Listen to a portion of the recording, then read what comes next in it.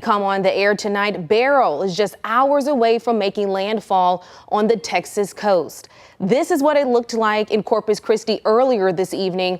Beryl already bringing strong winds and storm surge to the coastline. Is expected to strengthen back up to a hurricane before making landfall overnight. There were choppy conditions all along the coast in places like Rockport, Texas. The U.S. Coast Guard also closed a shipping channel in Port Aransas this morning.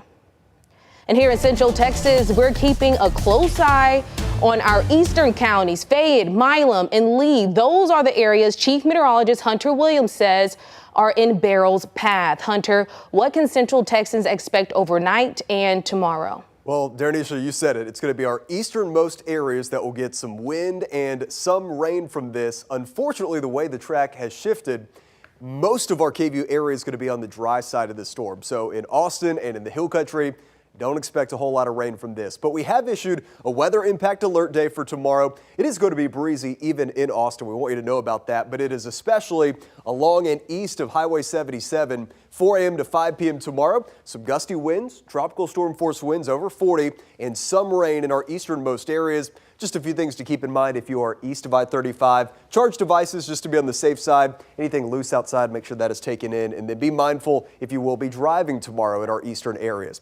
So here's Beryl. It has been slowly strengthening, but as of now is still a tropical storm. Latest forecast cone, the 10 o'clock advisory does bring this to a Category 1 low-end hurricane prior to landfall just east of Matagorda Bay.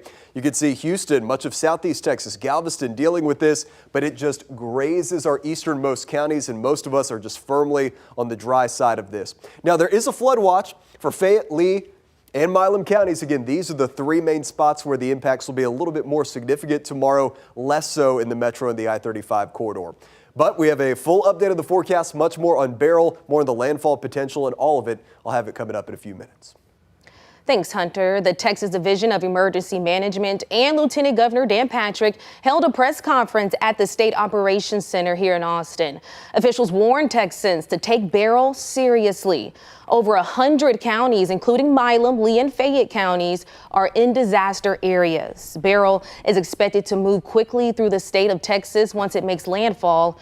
Our biggest concerns are high winds and flooding, like Hunter said. So if you're in those eastern counties, make sure to have extra batteries and phones charged before you go to bed.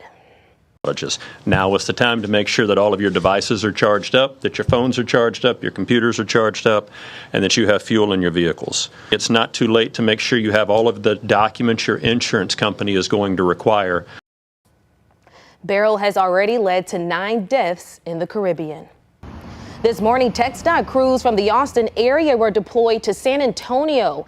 Local crews are staging there until Beryl arrives. They plan to help clean up debris, restore traffic signals, and repair any downed signs.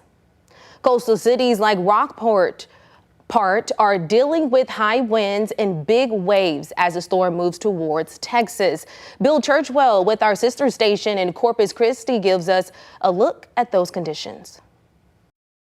We're here at the Fulton Fishing Pier where we are seeing the winds pick up. We're seeing a little bit of rain, but we're also seeing this right here behind us, those choppy conditions out there in Aransas Bay. Now, this is a community that is not taking any chances. Of course, they went through Hurricane Harvey just almost 7 years ago. And so driving through town, you saw a lot of homes boarded up. You saw a lot of businesses boarded up and closed for the day. And again, they know what the devastation can be from a hurricane. Now, granted, Beryl is no Harvey, but still this community not taking any chances. You can't take chances with these kind of storms. And like I told you earlier, I've been through every one since Carlin.